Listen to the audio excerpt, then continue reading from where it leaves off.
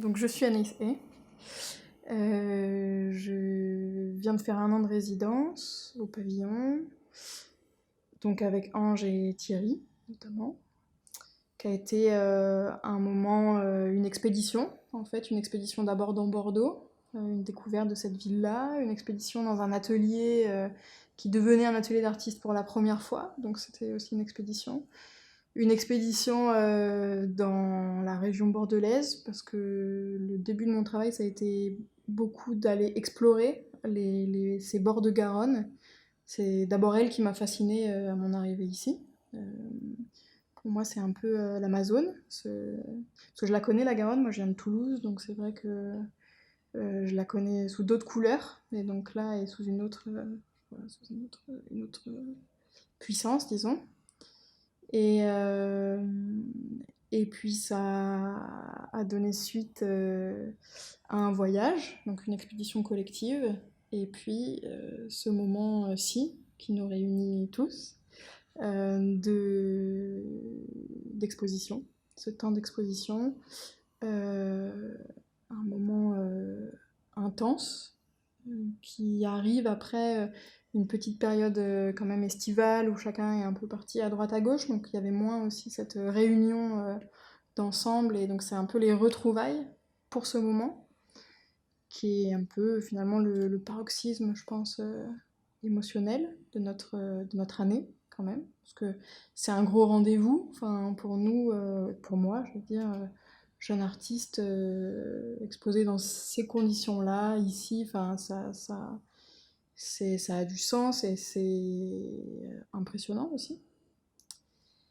L'exposition en elle-même, elle est comme toute exposition collective, une somme de compromis, de hasard, heureux ou pas, de choses avec lesquelles on compose.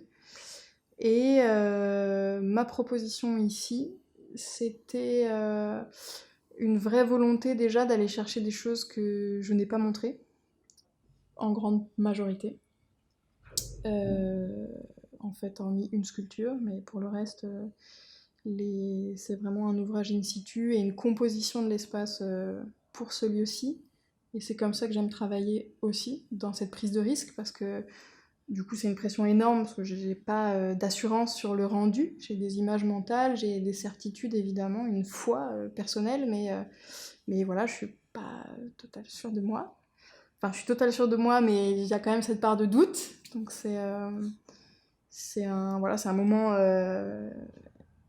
assez douloureux aussi, mais excitant. Hein, Et ici, il se compose vraiment en 3 temps. J'avais vraiment envie, et c'est toujours comme ça que je compose mes espaces, de la prise en charge du spectateur, de penser vraiment cette déambulation dans l'espace. Donc, il s'est trouvé, ça c'est aussi un peu fortuit, que j'ouvre le bal au niveau de la partie pavillonnaire dans le musée. Bon.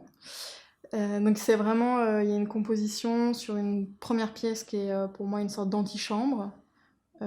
Curieusement une antichambre de la couleur, alors qu'on le verra, en fait elle est plutôt très colorée du fait de la présence des néons, mais il y a vraiment cette apparition des plâtres qui ont aussi du sens dans ma pratique artistique, parce que c'est des choses avec lesquelles j'ai moins recours en ce moment, aussi pour des raisons pratiques, aussi d'atelier, d'espace, mais voilà, donc ça a à voir avec des questions de temps, et ça a à voir avec ouais, des questions de pratique, des questions de couleur, donc j'avais vraiment envie de réunir ces objets-là, ces sculptures-là, dans cet espace-ci, que ça converse ensemble en partant du Kouros, qui est quand même une des figures du temps qui passe, qui était donc censée être cette sculpture qu'on mettait dans les temples ou à côté des tombes des riches pour accompagner les morts. Donc il y a toute une mythologie comme ça autour de cette figure-là. Et là, c'est une version réactualisée qui convoque en fait la technique ancestrale de moulage, qui est aussi de là où je viens, et que je réactualise en fait en enlevant des morceaux du moule pour recomposer en fait ce personnage, ce Kouros, qui devient un peu une figure contemporaine du héros, une sorte d'Iron Man avec des morceaux très anguleux sur lui. Et donc c'était aussi pour moi une forme d'hommage un peu à cette sculpture. Maintenant on est sur le silicone pour tout ce qui est moulage-modelage, donc on a un peu cessé le moule en pièces. Mais c'était voilà, une sorte de petit hommage quand j'ai produit cette pièce-là. Et ensuite, on a ce sas ou ce couloir, cette salle qu'on a mis au noir avec ce triptyque de vidéos. C'était important pour moi de faire apparaître de la vidéo pour cette exposition parce que ça fait un moment que je suis dedans, dans l'image, dans cette image mouvement, sans lui donner vraiment corps. Et je crois que c'est vraiment cette année de résidence qui m'a permis de développer ça. De développer ça aussi parce que avec un intervenant privilégié qui était Ange Leccia et voilà, qui lui a composé quand même la majeure partie de sa carrière autour de l'ouvrage vidéo. Donc ça m'a assuré ou rassuré ou permis d'avoir un interlocuteur que j'avais pas eu jusque-là en tout cas pour développer cette pratique-là. Donc c'était voilà, pour moi c'était important que ça apparaisse. Et aussi ça vient convoquer d'autres aspects de mes pratiques, disons, parce que j'ai une pratique d'apnéiste, je passe beaucoup de temps sous l'eau. Et donc c'était aussi après ce blanc du plâtre, qui n'est pas complètement blanc comme je l'ai dit, c'était arrivé dans ce bleu qui est un peu une couleur qui m'obsède en ce moment. C'est le titre de plusieurs de mes pièces depuis quelques mois. Voilà, c'est une espèce de composition autour du bleu, auquel je prête des intentions et des émotions. Et donc dans ce travail immersif, parce qu'il y avait vraiment cette envie de supprimer le néon, aller un petit peu en dehors du white cube, même s'il est joué quand même très sûrement.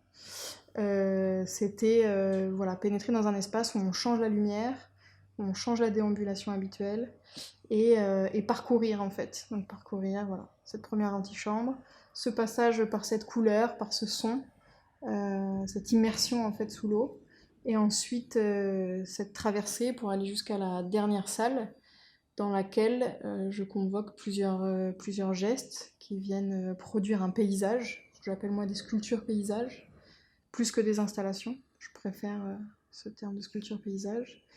Et qui vient jouer sur ces notions d'équivoque dans ce que sont aussi des objets résiduels de l'activité humaine ou des activités humaines et qui sont reconvoqués, repatouillés pour peut-être faire ressortir quelque chose dans la façon dont ils vont s'entrechoquer en fait.